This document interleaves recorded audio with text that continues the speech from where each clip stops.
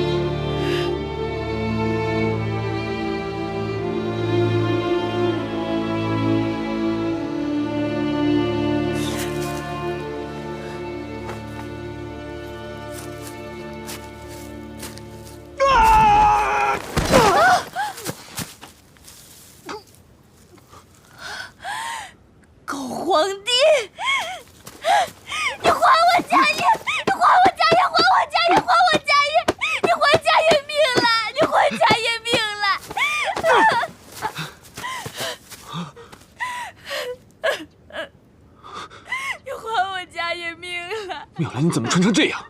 成何体统？家业，家业身为佛门弟子，居然勾引朕的妃子。亏朕平日里对你那么好，你居然做出这种伤风败俗的事情，你有没有一点羞耻心呢？宝君，宝君，宝君！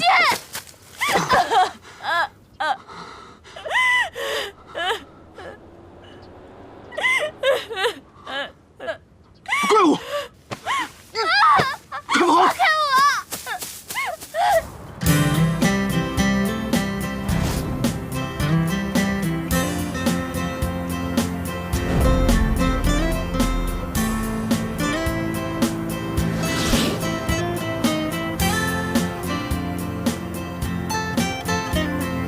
放开我！放我下来！放我下来！快跑啊！到底想干嘛？走啊！有妖怪，快跑！快点！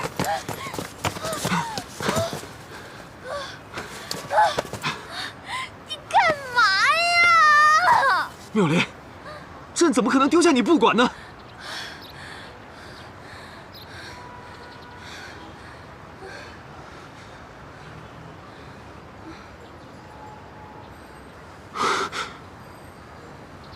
这个地方怎么那么古怪？我们不会阴差阳错误入魔界了吧？大哥，你面对现实吧，这已经不是你的那个朝代了，现在是我的地盘。这个地方这么古怪，这么可怕，快跟朕回宫！回什么宫啊？回宫你就要处死那个妙莲啊？国不可一日无君。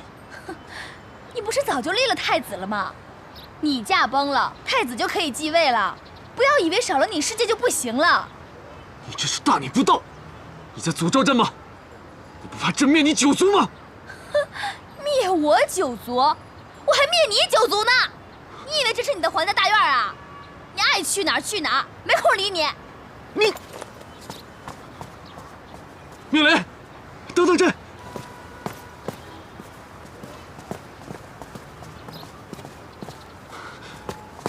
妙莲，你这要去哪儿啊？看，是不是家业做法把朕吸到这里的？他是想害死朕。不提家业还好，就是你害死他的，就是你害死他的！贱人，现在还护着奸夫！你居然敢咬朕！你敢掐我，就敢咬你！你什么时候变成泼妇了？就是泼妇，就是泼妇！大胆刁民，进了这还不下跪！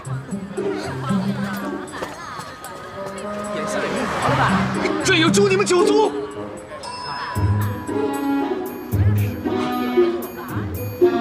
妙莲，妙莲！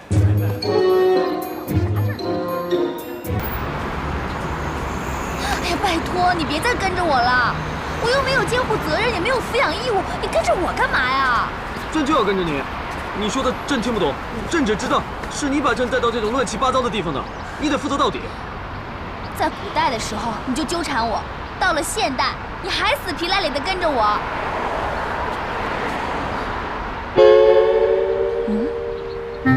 本公司长期招聘男公关，日薪1000元以上。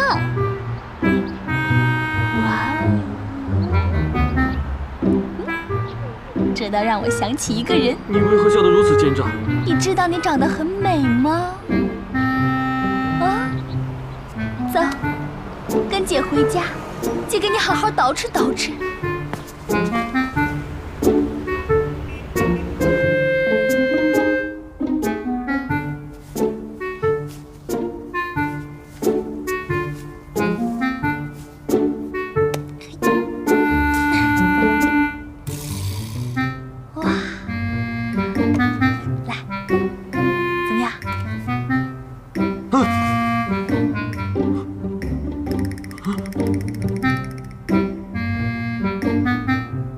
这是什么打扮？这叫时尚。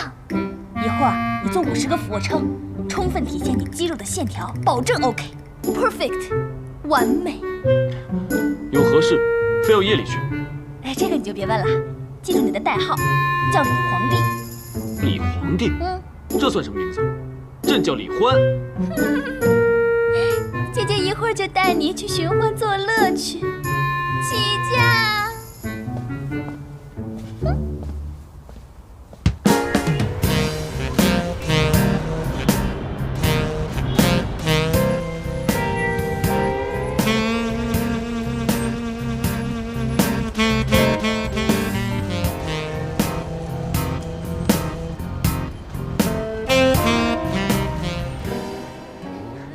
好好玩啊！刘姐，你们先坐会儿啊，出去一下。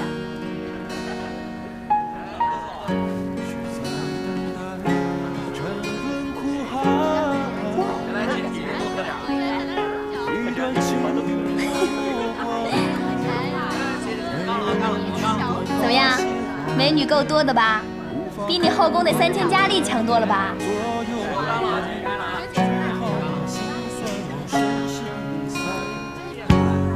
这工作呀，就太适合你的爱好了。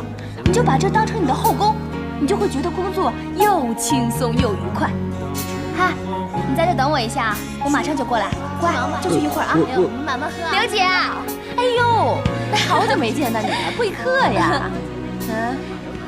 哎呀，刘姐，你这是越来越年轻了。瞧你会说话的，这嘴真甜啊。对了，刘姐，说正经的，我今天啊给你带来一个大帅哥，是哪包你满意。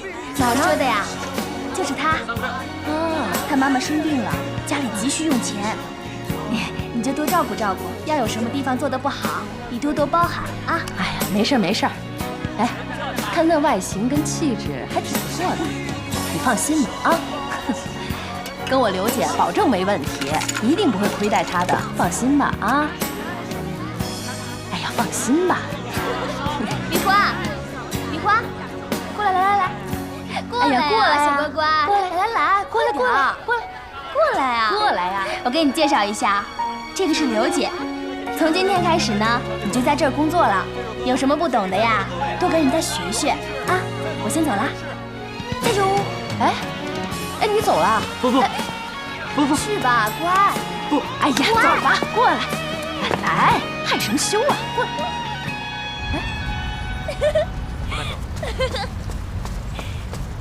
耶！甩货成功！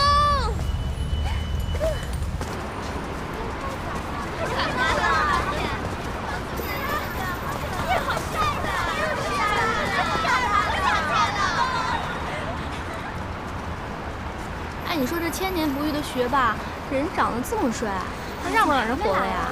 就是啊，心理学什么的一点兴趣都没有。我突然想见他，帅呀！时间差不多了，我们进去吧。您的酒。来干，请慢用。来，干了啊！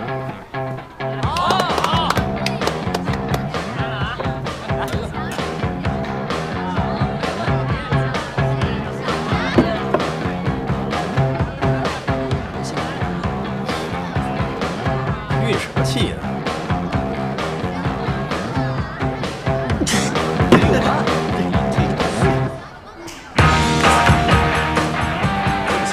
好的，我亲爱的朋友，大家晚上好！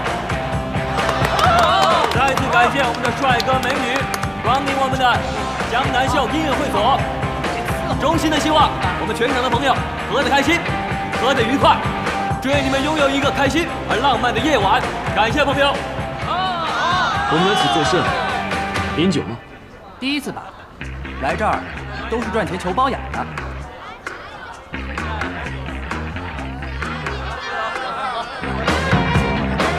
此乃何字？这个是数字，你那个是17号，我这个是16号。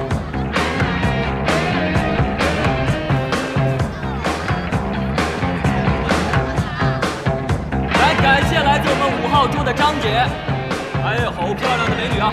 为我们的11号的少爷5000元的花篮支持，感谢我们的张姐。还有，谢谢。来，还有没有？来 ，OK， 还有老顾客了啊！感谢我们的红姐，为我们的12号的少爷6000元的花篮支持，谢谢红姐，感谢。哎呦，张局，感谢。来，接下来还有没有？来，继续，还有吗？还有没有？好，3号，感谢。来，我们的5号少爷5号到你了，到我啊。好嘞。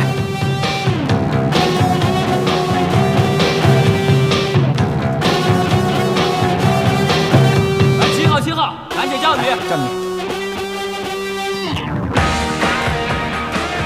接下来是来6号。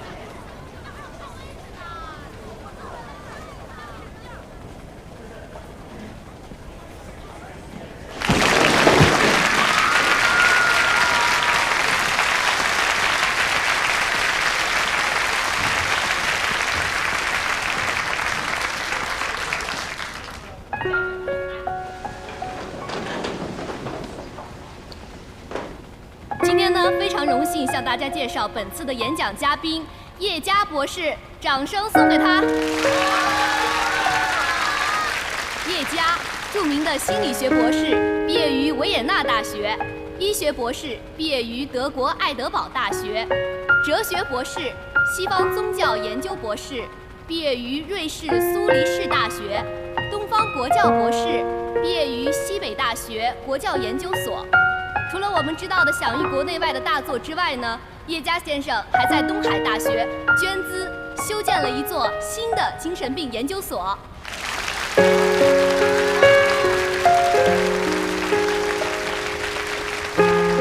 天叶家先生演讲的主题：精神病和白日梦的区别。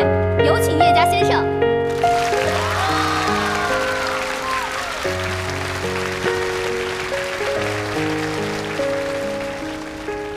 同学们好，我叫叶佳，非常高兴今天大家能够来和我一起探讨精神病与白日梦的区别。谢谢。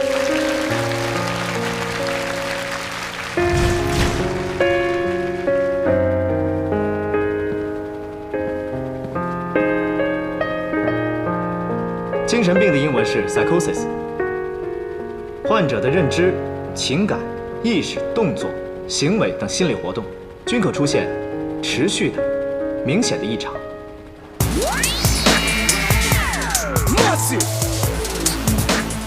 一会儿等陈姐来了，你们都给我好好招待招待啊，多哄她开开心，可少不了你们好处。放心吧，刘姐。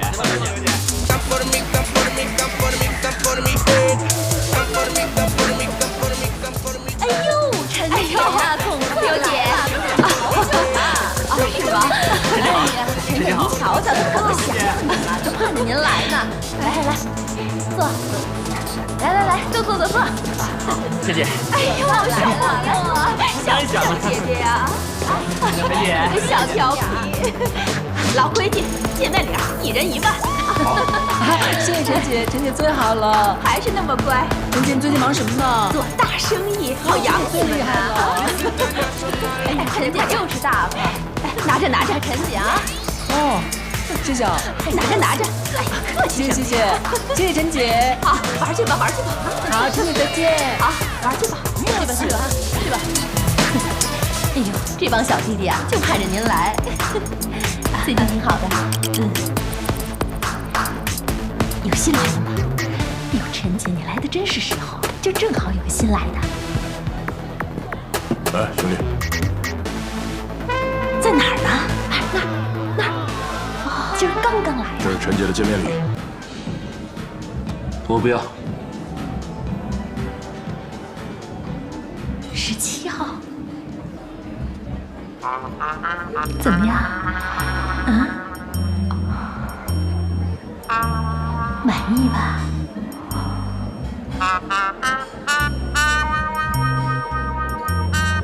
他就是新来的吗？是啊，今天刚来的，17号。那可是上等货，一看就是新来的。叫他过来。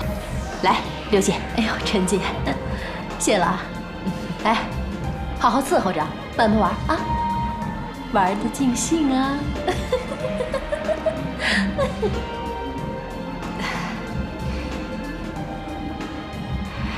你身上有一种气质，和他们都不一样。有何不同？说什么来着？就是没见过你这种类型的。这小刘可以呀，这店里边居然有你这样的人物，真可谓是镇店之宝了。姐姐今儿高兴，陪姐姐聊一会儿。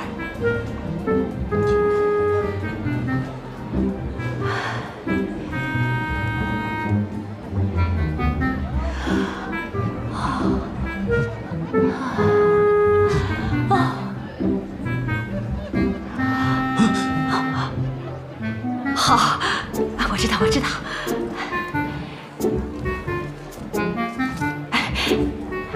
这是30万。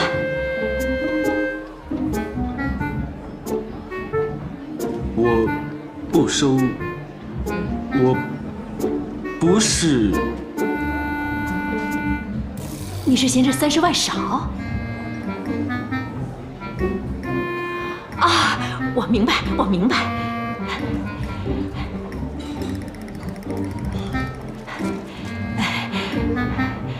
这是50万。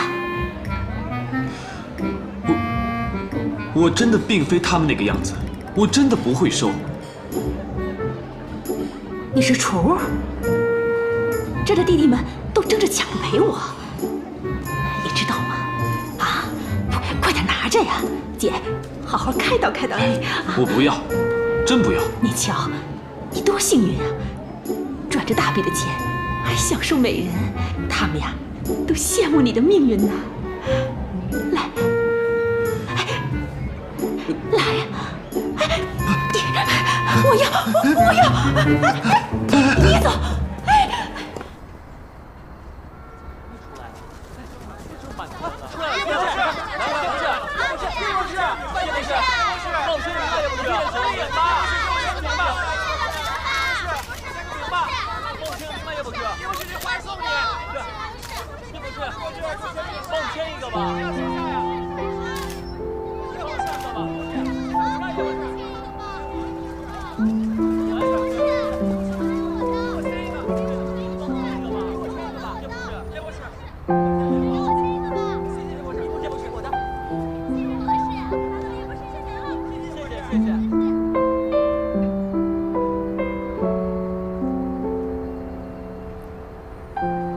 小姐你好，小姐。你好，我叫冯峰。冯峰？啊，我可以叫你小峰吗？嗯。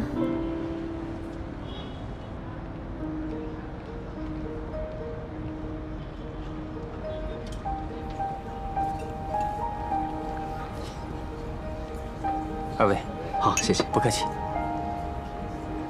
谢谢。请慢用。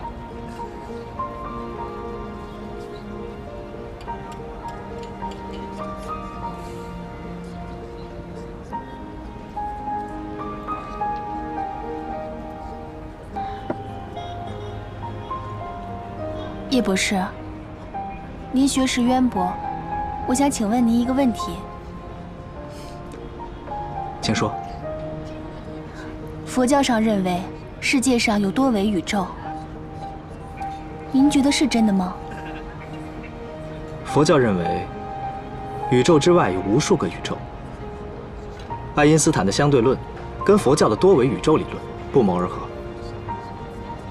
那会不会有人从这个空间里穿越到另一个空间里呢？这个我没有验证过。不过我对这方面的最新研究成果一直很关注。据我所知，国外很多科学家正在研究黑洞，他们在探究黑洞后面到底是什么。甚至还有科学家认为，黑洞就是通向另一个时空的隧道。那您相信吗？相信时空穿越吗？小峰，你很特别，跟别的女孩子不一样，怎么会问这么奇怪的问题呢？叶博士，叫我叶家就好了，这样亲切。叶家。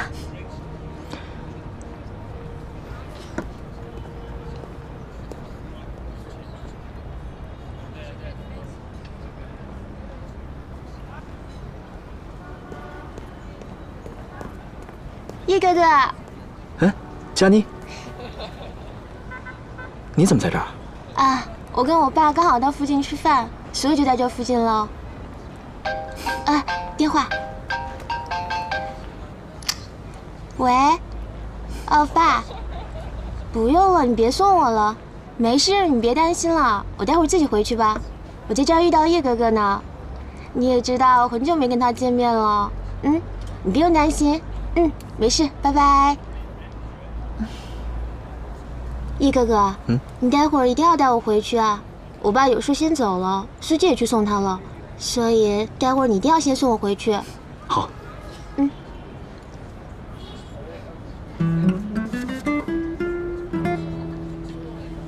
这位小姐是谁啊？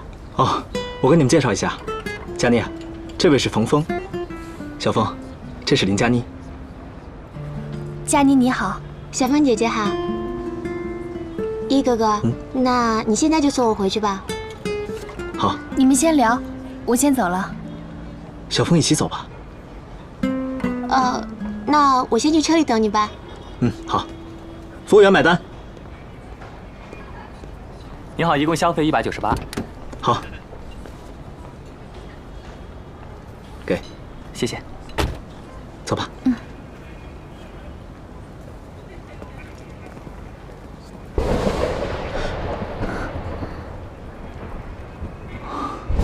小凤，我送你回去吧。不用了。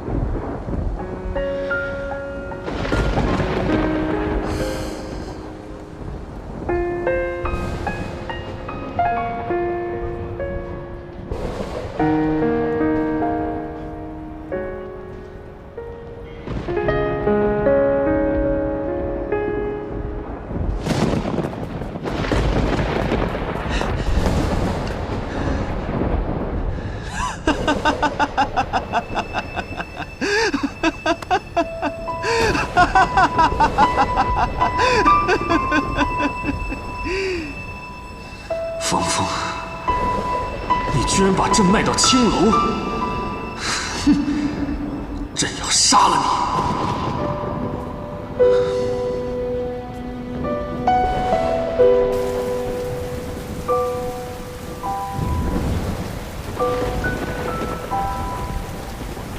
峰峰，你好狠心，你巴不得摆脱朕，对不对？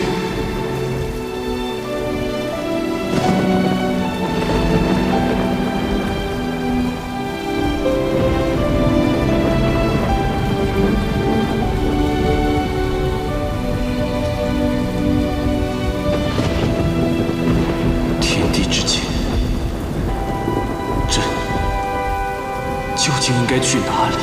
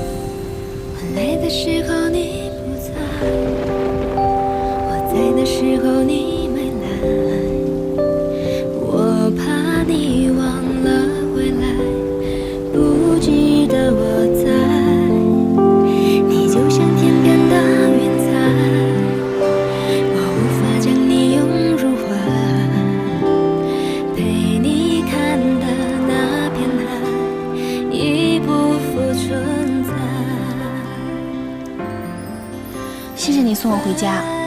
我应该谢谢你，谢谢你陪我雨中散步。早点回家休息吧。你先回去吧。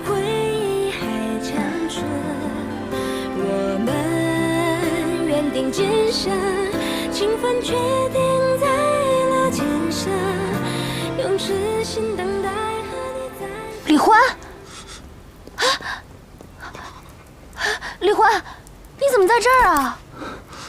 我喝了。怎么了？我要回去。走。李欢，我要回去。哎，小心！你慢点儿。小凤，你先去开门吧。妙芝，来，妙芝，快来救朕！快来救朕！妙芝，来救朕！来救朕！妙芝，快来救朕！小凤，他到底是什么人啊？救朕！我表哥。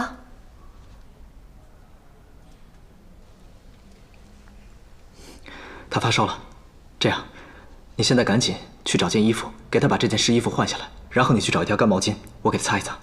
嗯。啊。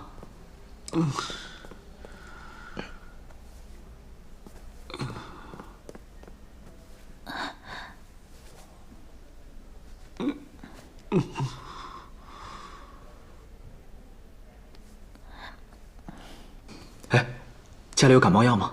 没有。这样，你去把这个毛巾给湿一下，然后给它放在头上。真要回宫，真要回宫。家业，你这淫僧，来了，真要杀了你！给我。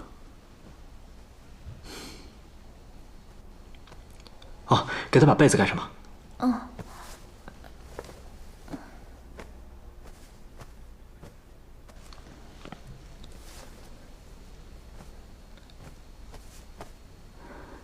小凤，他应该不会有什么事了，让他盖着被子睡一觉，出点汗就会好了。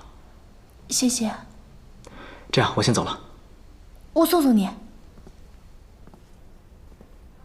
小凤，我想问你一个问题，就是你哥为什么老称自己是朕呢？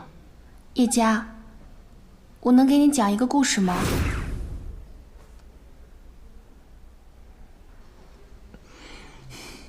有一个女孩，自己出门去旅游，在到达莲花山大天坑的那个地方的时候，突然有一股龙卷风把她卷入其中，通过时光隧道，就回到了古代的皇宫中，稀里糊涂的就成为了皇上的妃子。但是女孩并不开心，因为皇上的几个妃子百般的陷害她。后来女孩得了一种怪病，皇上就将她送到了皇家的家庙去养病。在家庙中，女孩就遇到了一个和尚。那个和尚长得和你一样。在和尚的精心照顾下，女孩的病渐渐就康复了，并且也深深地爱上了和尚。于是这个女孩就给他做了一顿肉素斋，害和尚破了戒。尝尝我做的素斋。在一个雷雨交加的夜晚，女孩和和尚终于发生了肌肤之亲。后来女孩告诉和尚，自己是从现代穿越到了古代，她很想回家。和尚曾在一本经书上看过有关多维宇宙的记载，他为了能让女孩回到现代，独自一个人去寻找通往现代的通道。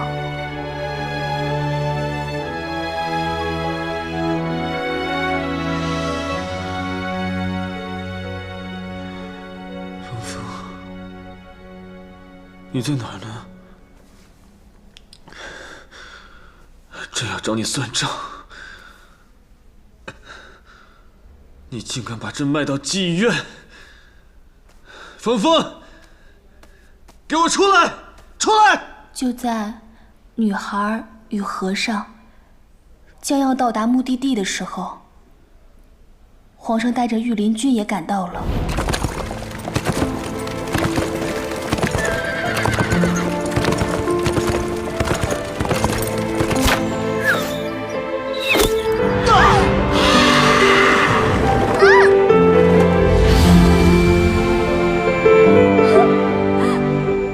皇上用剑刺向了和尚的胸口，女孩似乎听到了和尚骨肉分裂的声音。突然间，天空乌云密布，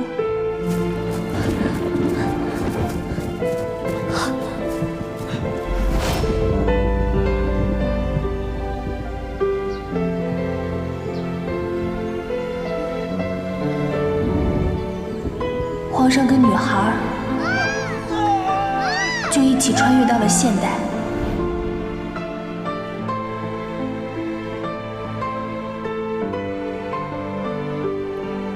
家业，家业，啊，对不起，叶家，我叫错了。那，然后呢？没有然后了。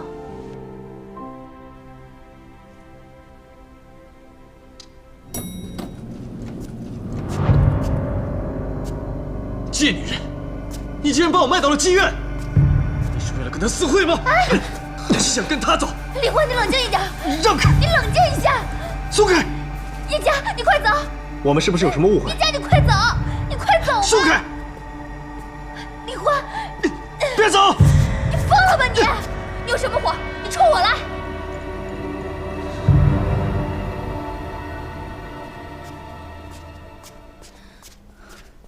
你现在赚钱了，自立了，我们互不相欠了。你是不是看到那个银僧就看我不顺眼？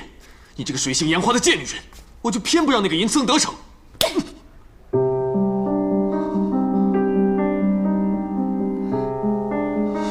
朕从小被立为太子，10岁登基，95之尊，高高在上，万人敬仰。你竟敢打朕！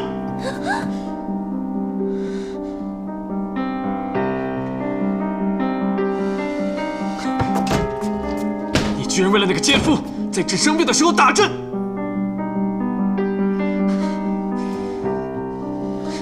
那我呢？你是怎么对我的？我生病的时候，病得快要死的时候，你不但不照顾我，你还在大张旗鼓地娶别的女人，把我打入冷宫，我差点被冻死、饿死。你有关心过我吗？我不小心偷看到你跟别的女人苟且，你就当众打我。我顶撞皇后，你还是打我。你一次一次又一次的打我，你这叫关心我吗？什么叫水性杨花？什么叫奸夫？什么叫贱人？哼！要不是家业治好了我的病，我死的时候，说不定你在跟哪个女人缠着圈圈呢。我喜欢家业，我就是喜欢家业，我根本就没有喜欢过你，就好像你根本也没有喜欢过我一样。冯昭仪只不过是你几千个老婆中的一个，你喜欢陈皇后、八美人，所有的嫔妃。你要是真正的喜欢冯昭仪，你怎么会同时喜欢上那么多的女人？你没资格跟我讲喜欢与不喜欢，那不叫喜欢，那叫滥情，不，叫滥性。冯昭仪只不过就是你的泄欲工具而已。我告诉你，在皇宫里你蹂躏的那个身体，不是冯峰的，是冯昭仪的。我跟你半毛钱关系都没有。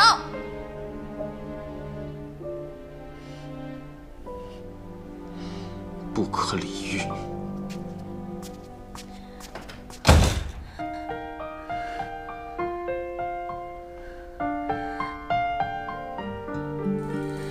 你放手的决定如此干脆，穿过山关上门头也不回。惨白的月光下尽是狼狈，竟是被晚风打碎。握不紧你的手是我不对，太用心的面对让你太累，无端的去回忆徒增伤悲，我独自不醉不归。我哭泣的眼泪你无所谓，看不清你心里究竟爱谁，抹不去的回忆难以入睡，留下我独自伤悲。哭泣的眼泪你无所谓，黑夜里我独自倾听心碎，你把我的迷梦彻底打碎，只剩我独自面对。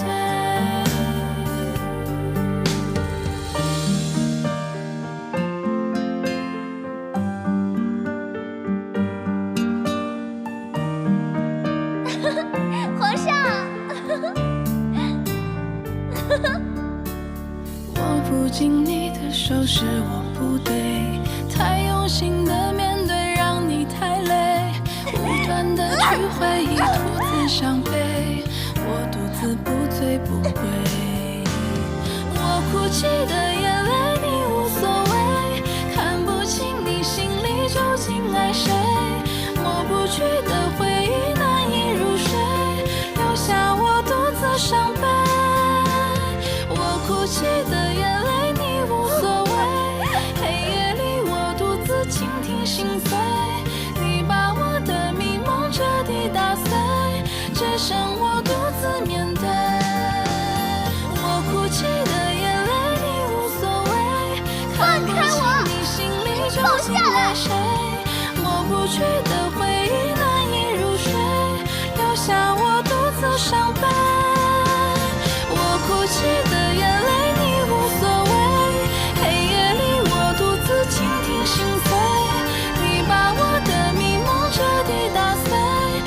生我独自面对。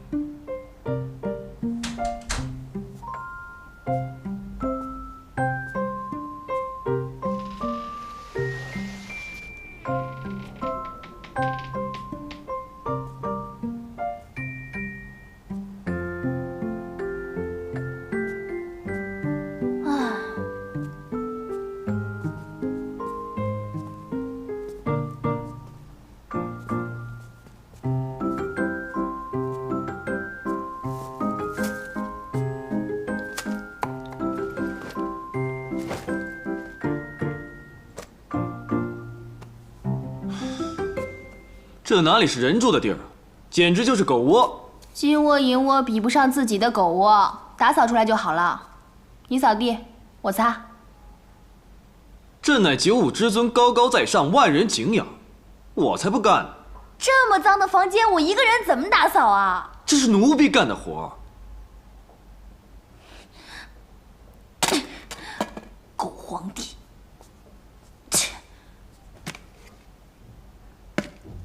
那旁边，没看见吗？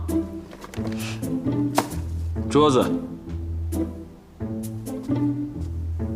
那儿还有一个，哎，眼睛不好使吗？真笨。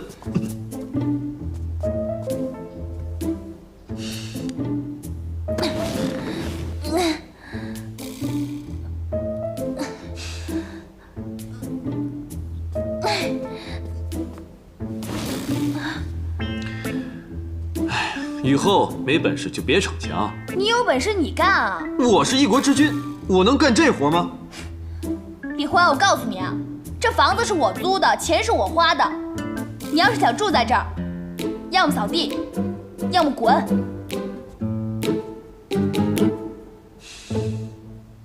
干活啊！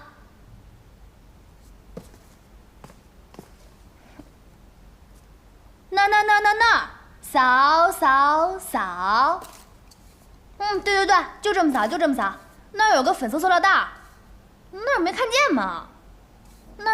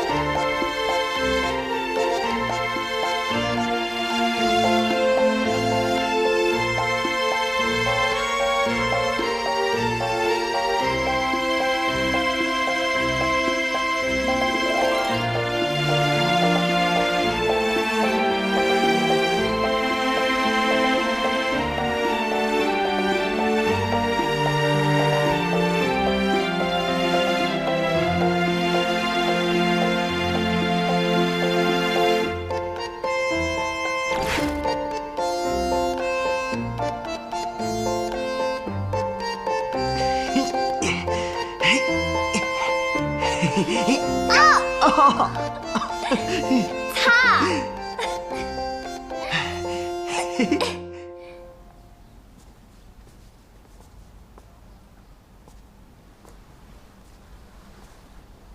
居然偷吃我零食，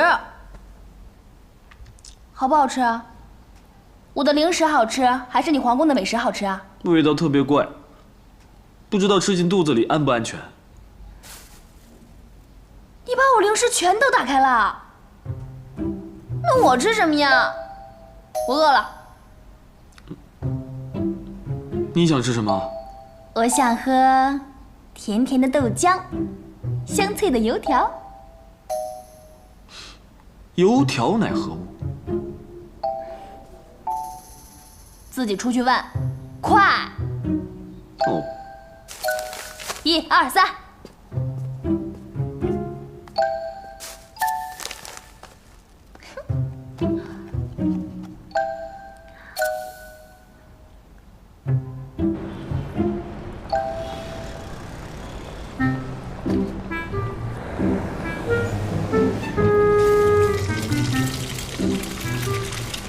此乃油条。是啊，要几个？我要4个。好，那给你钱。好。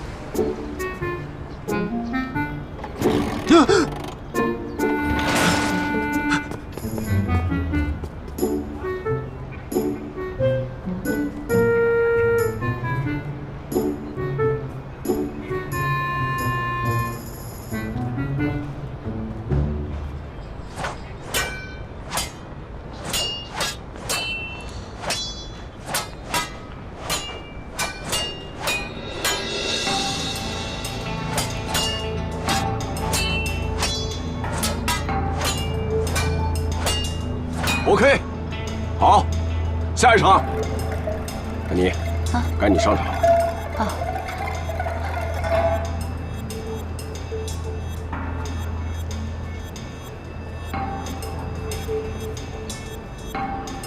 你们两个，跟你们讲啊，这场戏呢有一个接吻的镜头，你们两个接吻的时间呢要长一点，明白吗？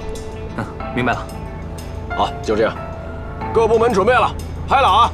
各部门准备，做好准备啊！哎，导演，那我们就实拍了啊！啊，实拍啊！来，好，准备，现场保持安静，准备啊！保持安静啊！准备，好了，可以了。什么戏啊？哪那么多废话呀？看就是。开始。皇上，安妃啊，好久不见了，让朕好好看看。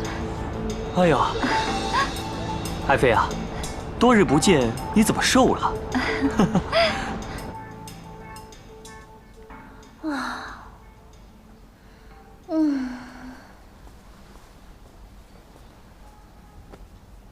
饿死我了。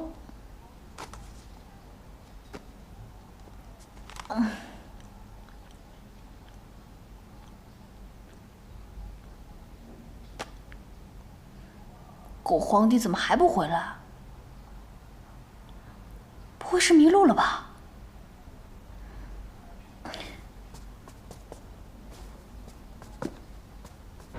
让朕抱抱。妙芝，住手！妙芝，妙芝，你谁啊？神经病啊！你怎么在这儿，妙芝？你疯了！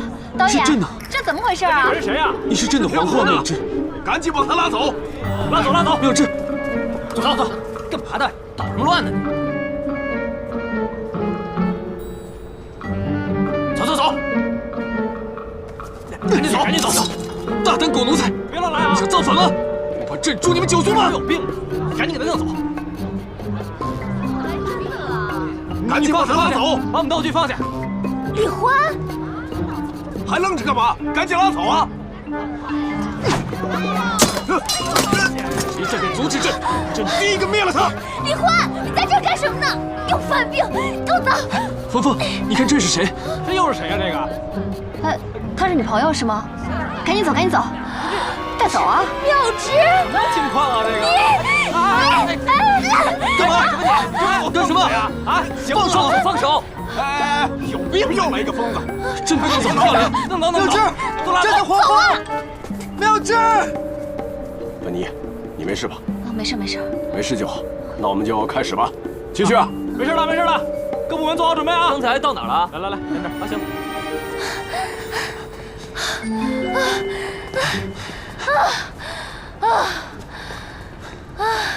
你干嘛跑啊？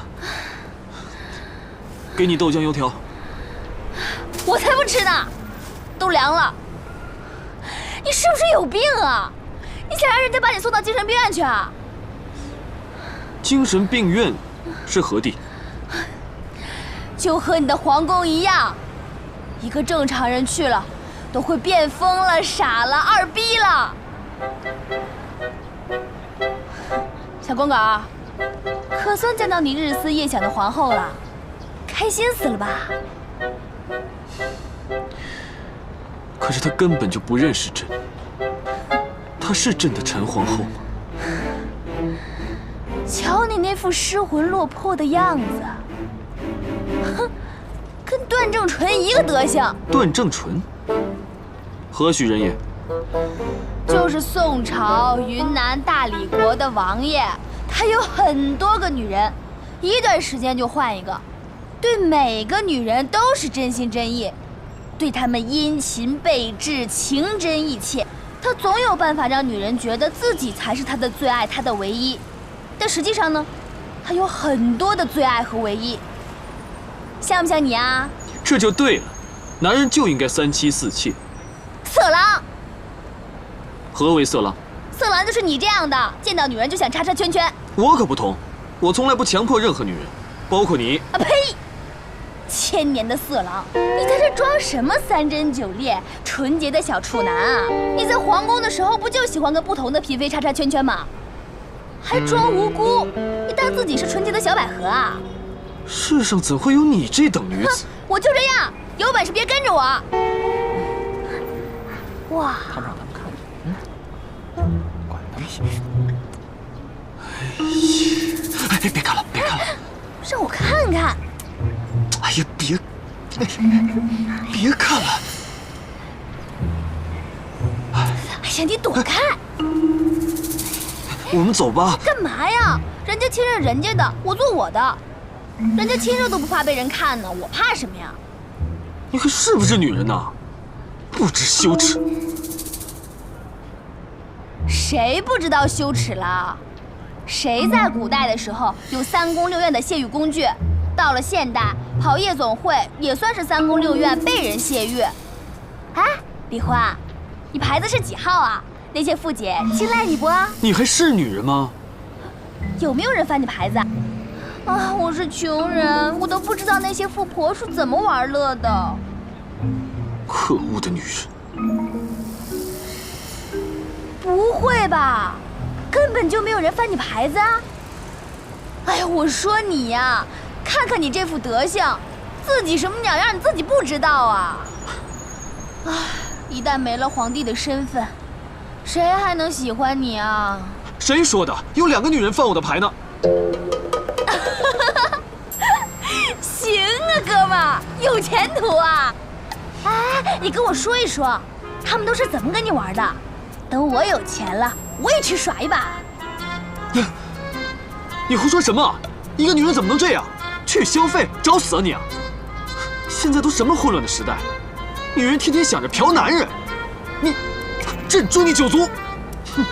又来了，又来了！你这个千年僵尸，可惜呀，你那个荒淫的暴君时代已经过去了。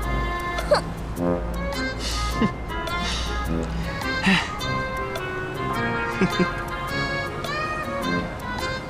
干嘛？笑得那么淫荡？你吃醋了？我吃醋？我呸！你当你是谁啊？别以为谁都稀罕你，你是我什么人啊？我是你丈夫，天经地义的丈夫，嫁过聘的。滚！有多远滚多远！我告诉你啊，冯昭仪才是你的小妾呢，我不是。你这副臭德行，让我想起了鸡爪子。你想吃鸡爪子？我去给你买。还不快去！去啊！好香味的！啊！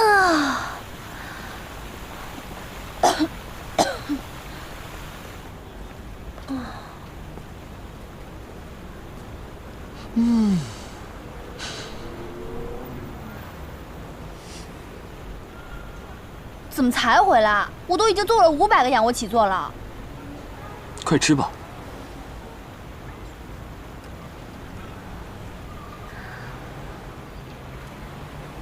你也吃。哦，真贪吃。你不贪吃，你还吃？啊！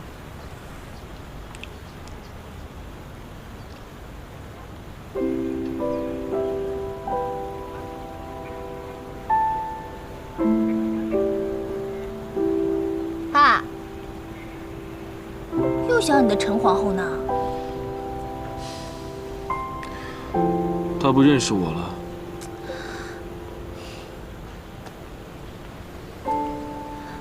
李焕，你知道我为什么总是跟你吵架，总是气你恨你吗？为什么？因为我不是你的冯昭仪，我只是一个现代社会的人。其实你心里都知道，就是不愿意承认，对不对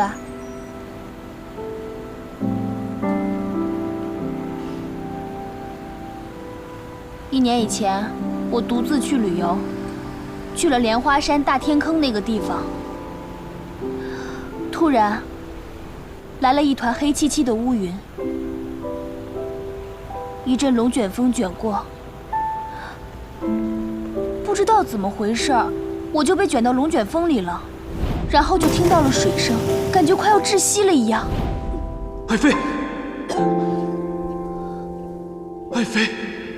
当我醒来的时候，就发现自己在水里，被人救了起来，然后就听到周围不断的有人在叫我“冯昭仪，冯昭仪”。原来朕的冯昭仪真的已经死了，你只是附到了冯昭仪的身上。所以你知道，我根本就没有骗你，我在皇宫里说的那些话也都不是疯话。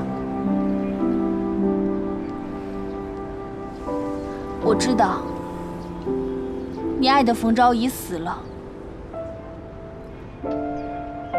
你今天见到的那个演员，你认为她是陈皇后，其实她只是跟皇后长得很像的一个现代人而已，就好像我跟冯妙莲长得一样，是一回事。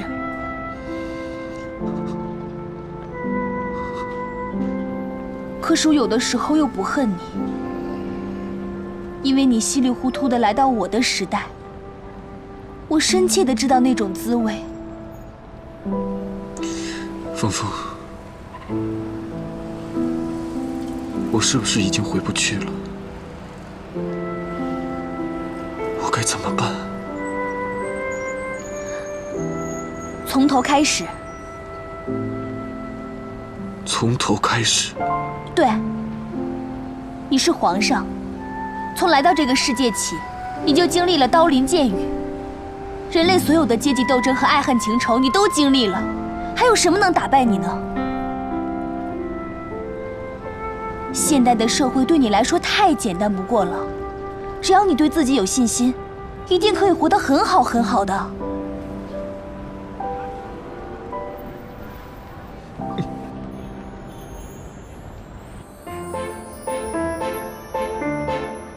我们随便逛逛吧。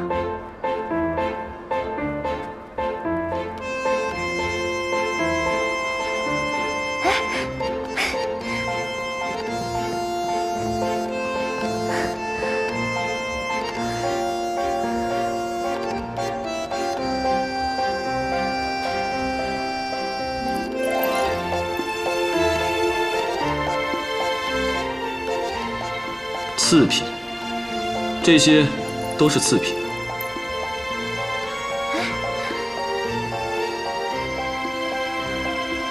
这个怎么样？好看吗？走吧。啊，干嘛？有什么好看的？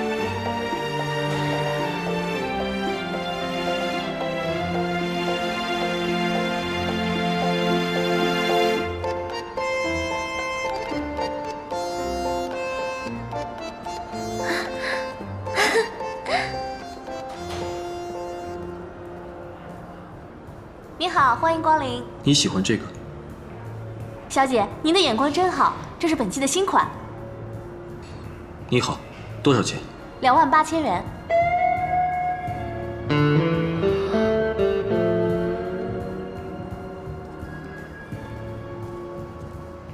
还有卖花的呢，你看，那个叫蓝色妖姬，好看吗？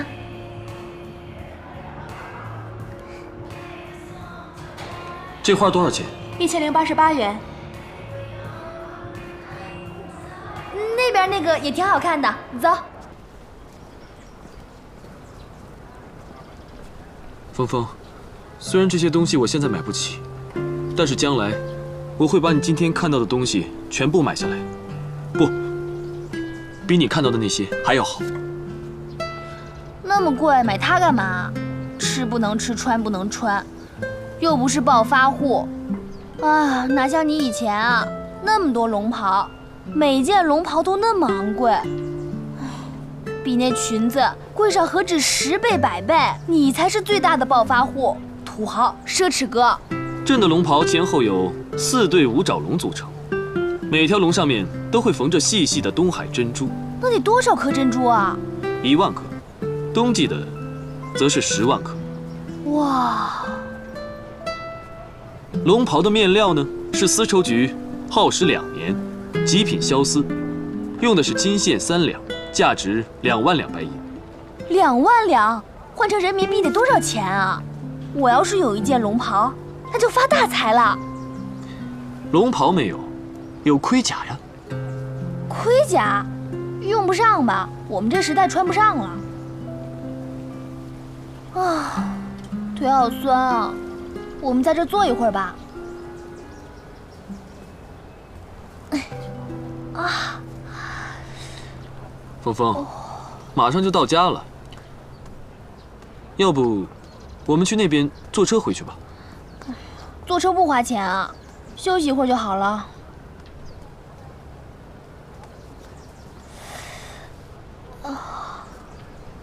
我背你。皇上背我，我可承受不起啊！快点。那谢谢皇上啦。啊！皇帝背了我，我好荣幸啊！李欢，你来这儿这么久了，你喜不喜欢这里啊？鬼才喜欢这个地方。你是不是很想回去啊？我失踪了这么久，太子估计也继位了。我回去之后，必定会掀起一场腥风血雨。如果你永远都回不去了，你最想在这个世界上做什么呀？成为世界第1富豪。峰峰，你呢？我想挣500万，然后买一套大房子，就不用经常搬家了。还要一个很大很明亮的书房，大大的书桌，大大的书柜，还有一个漂亮的花园。你就这点志向，没出息。我还想找一次牛郎。嘿，你还敢说？还说？嫁！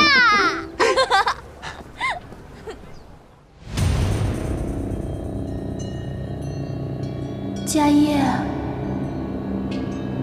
家业，家业。银僧，你是谁？为什么来找我？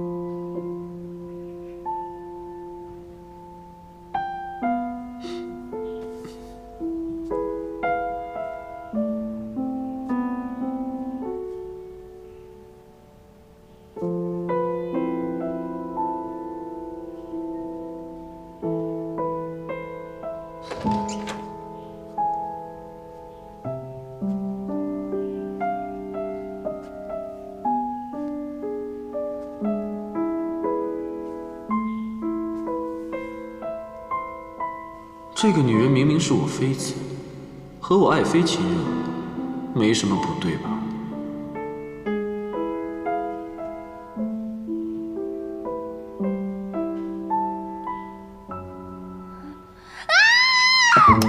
干嘛呀？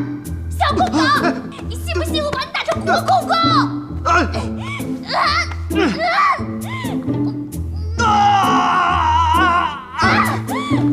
你敢辱骂欧大朕？你是朕的爱妃，朕跟你上床是天经地义的人伦，朕怎么了？谁是你爱妃？谁是你爱妃？狗皇帝，狗皇帝！我告诉你啊，也就我娶了你，要不然哪个男人会看上你这种母大虫啊？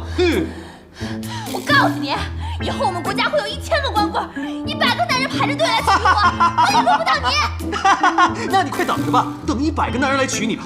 你以为我真的对你感兴趣啊？一点女人味都没有。你放屁！你放屁！你睁眼睛说瞎话！我怎么没有了？我怎么没有了？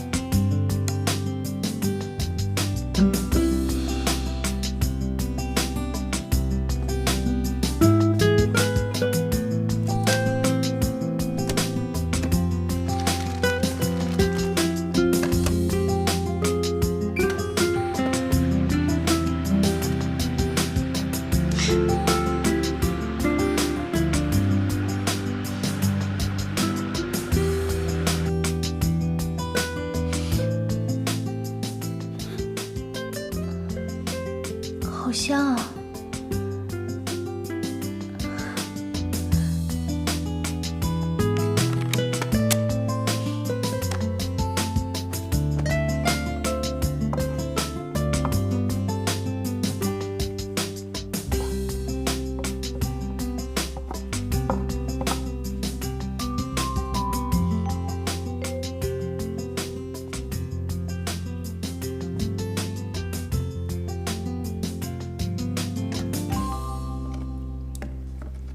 太阳从西边出来了，会洗衣服做饭了。这有何难？学呀！小公狗，学得挺快啊。你以为都跟你似的？蠢女人，这又不是什么高难度技术活，快吃吧。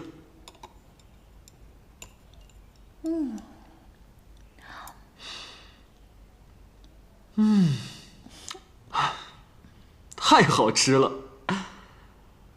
我做的肯定比你做的好吃吧？可不嘛，比我做的好吃多了。但以后做饭这活儿就交给你啦。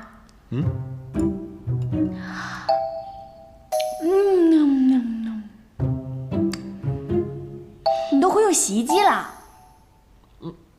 这有何难？2、3下就学会了。哇，变聪明了！我是谁啊？我从小被立为太子，10岁登基，9五之尊，高高在上，万人敬仰。这天高不够你这只鸟飞，这地阔不够你这匹马跑，我这浅水区也容不下你这只大龙王啊！赶紧在我眼前消失吧！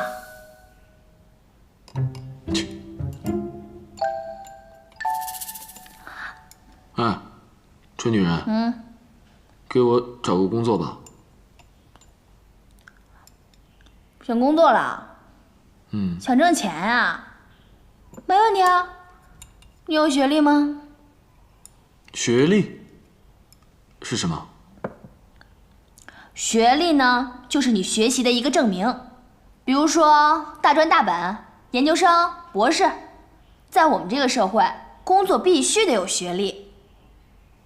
这算什么呀？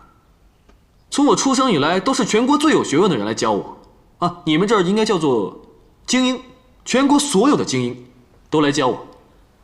我从小就受到超级教育，而且看书啊，一目十行，过目不忘，理解力超强。你说你从小读书好，悟性高，自认为非常非常的聪明，可在我看来什么都不是，差得太远了。啊，我原来还在担心你能不能适应这个社会，看来我的担心纯属多余啊。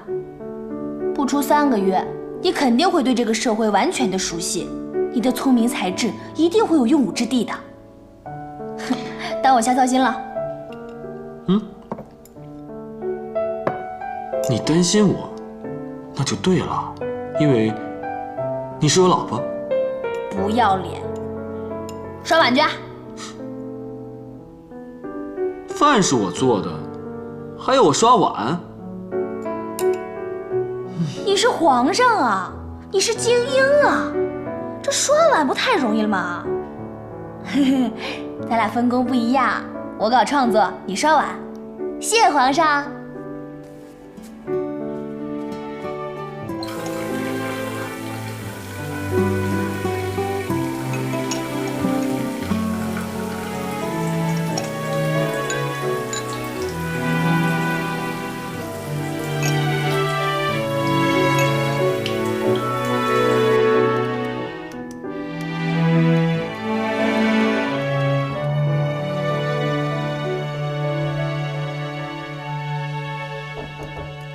进。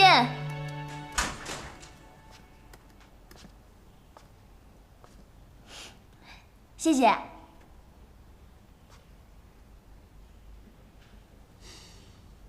我也想学电脑。你学电脑干嘛呀？你已经有一个神一样的脑子了。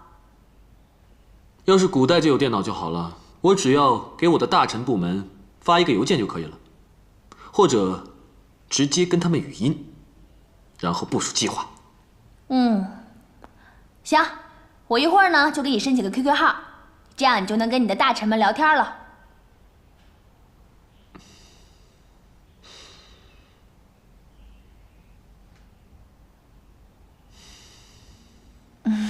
我就是开个玩笑，你别生气呀。你快出去吧，别妨碍我工作了，我还得赚钱养活自己呢。在你们这个时代，女人都能养活自己，那男人干什么？大多数女人是这样的，嫁给一个有钱的老公，就可以在家当全职太太或者是阔太太。但是现在根据中国的国情来说呢，大多数的男人现在都养不起老婆和孩子，所以就需要夫妻共同的收入来养家。一般男人呢，挣了钱就要交给老婆的，让老婆统一安排。男人赚了钱要交给老婆？那女人干的工作是和男人一样的吗？好多女人都是男人的上司呢，没什么可稀奇的。中央有一些领导，就相当于你们那个时代的副宰相、6部尚书，还有各省的一些女的省长和副省长，就相当于你们那个时代的封疆大使之类的。这都是什么时代啊？阴阳颠倒，社会岂不秩序紊乱了？现在这叫男女平等，我们这个时代比你们那个时代强多了。男为天，女为地，怎么可能平等啊？真是世风日下呀！在我们这个时代，只要是不偷不抢，用什么方式挣钱都不丢人。你挣了女人的钱，女人又挣了男人的钱，哎，就一回事儿。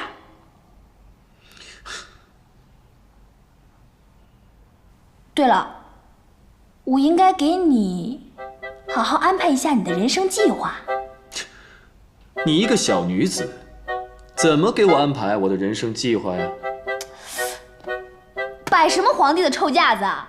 你都已经落后1000多年了，山炮，你懂什么呀？难不成你还指望我来养你啊？你要不早点自力更生，我就赶你出门。要不是看在你是古代人的份上，我早就甩掉你这个大包袱了。你以为你是什么呀？穿一身白就以为自己是白马王子啊？切！你不看看你的姿色，笑什么笑？我给你准备了2本书，你回去呢好好学习一下，要不然真变僵尸了。